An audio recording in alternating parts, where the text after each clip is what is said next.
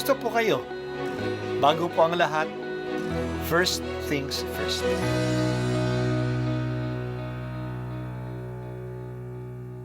Good morning po. Sinisimulan po natin ngayon ang first things first. At dito po, tinatalakay natin sa unang bahagi ng umaga natin ay ang first readings na binabasa po sa banal na misa. Ito pong tinatalakay natin kasi madalas po kasi marami na tayong alam tungkol sa gospel readings. Pero konti po ang nagsasalita sa first readings. Pero ang first readings, bahagi din po yan ng Biblia, ng banal na kasulatan.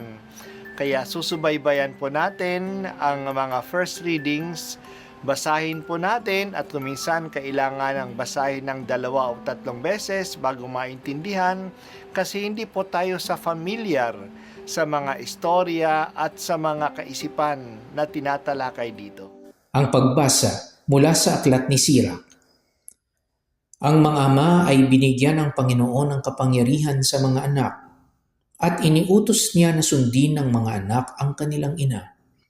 Ang gumagalang sa kaniyang amay nagbabayad na sa kaniyang kasalanan at ang nagpaparangal sa kaniyang inay parang nag-iimpok ng kayamanan. Ang gumagalang sa kaniyang amay paliligayahin naman ang kaniyang mga anak at ang panalangin niya ay agad diringgin ng Panginoon. Ang nagpaparangal sa kaniyang ama at nagdudulot ng kaaliwan sa kaniyang ina ay tumatalima sa Panginoon. Pahahabain ng Panginoon ang kaniyang buhay.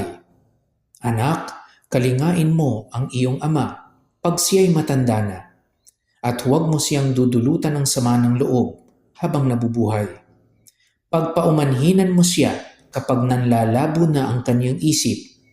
Huwag mo siyang lalapastanganin ngayong nasa kasibulan ka na ng iyong lakas. Ang paglingap mo sa iyong ama ay di makakalimutan ng Panginoon. Iyan ay magiging kabayaran sa iyong mga kasalanan. Ang salita ng Diyos. Salamat sa Diyos. Ang unang linggo pagkatapos ng December 25, ang araw ng Pasko, ay ang kapistahan ng banal na mag-anak. Ang focus natin ngayon ay hindi lang kay Jesus, kundi para sa pamilya kinabimbilangan ni Jesus. Pati ang anak ng Diyos nung siya'y naging tao, siya'y naging bahagi ng isang pamilya. Napakahalaga ng pamilya sa ating buhay. Ito ay ang pugad ng bawat buhay. Kaya nga isang utos ng Diyos sa 10 utos ay tungkol sa pamilya. Igalang mo ang iyong mga magulang. Ang paggalang sa mga magulang para sa mga bata ay ang pagsunod sa kanilang magulang. Sila ang gumagabay sa atin sa buhay. Sa marami, nakikilala natin ang Diyos at natututo tayong magdasal sa pamagitan ng ating mga magulang. Dito rin tayo natututo ng ating mga asal na dala-dala natin sa buhay. Para naman sa mga malalaki na, matatanda na, ang paggalang sa mga magulang ay ang pagpaalaga sa kanila. Malakas na sila at ang mga magulang naman nila ay mahihina na. Narinig natin sa aklat ni Sirach, Anak, kalingain mo ang iyong ama pag siya'y matanda na. Huwag mo siyang dudulutan ng sama ng loob habang nabubuhay. Papag-umanhinin mo na siya kapag nanlalabo na ang kanyang pag-iisip. Dapat na natin alagaan at suportahan ang mga magulang, lalo na kapag ulianin na sila at masakiti na. Maraming gantimpala ang matatanggap natin sa Diyos kapag ginagalang natin at inaalagaan ang ating mga magulang. Papahabain niya ang ating buhay. Tayo rin ay pangangalagaan kapag tayo ay matanda na at papatawarin ng ating mga kasalanan. Ito rin ang sinabi ni Sirach, ang paglingap mo sa iyong ama at ina ay di makakalimutan ng Panginoon. Yan ay magiging kabayaran ng iyong mga kasalanan.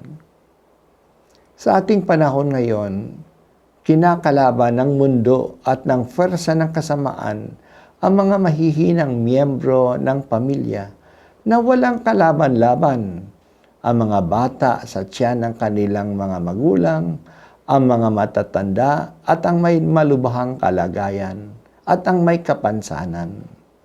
Kaya nandyan ang abortion para sa mga bata at may kapansanan. At nandyan ang euthanasia para sa mga matatanda ay may sakit.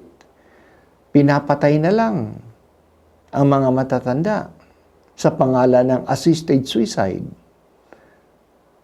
Pero ang pamilya ay hindi lang yung malulusog na miyembro. Kasama sa pamilya ay ang mga bata, ang mga may kapansanan, ang mga may sakit at mga tatanda. Lahat sila ay naaalagaan at sila ay mahalaga sa pamilya. Nabubuo ang pagmamahalan sa pagsusuporta sa lahat sa pamilya, lalong-lalo na ang nangangaalagaan, ang mahihina. Ang sanggol na si Jesus ay hindi mabubuhay kung wala si Maria at si Jose. Si Jose ang naghanap buhay at nagtanggol kay Maria at kay Jesus. Siya ang tumayong ama sa kanilang pagmamahalan na papangalagaan ang anak ng Diyos na naging tao. Banal na mag-anak na si Jesus, Maria at Jose, gabayan mo ang aming pamilya at pangalagaan ang lahat ng pamilyang Kristiyano.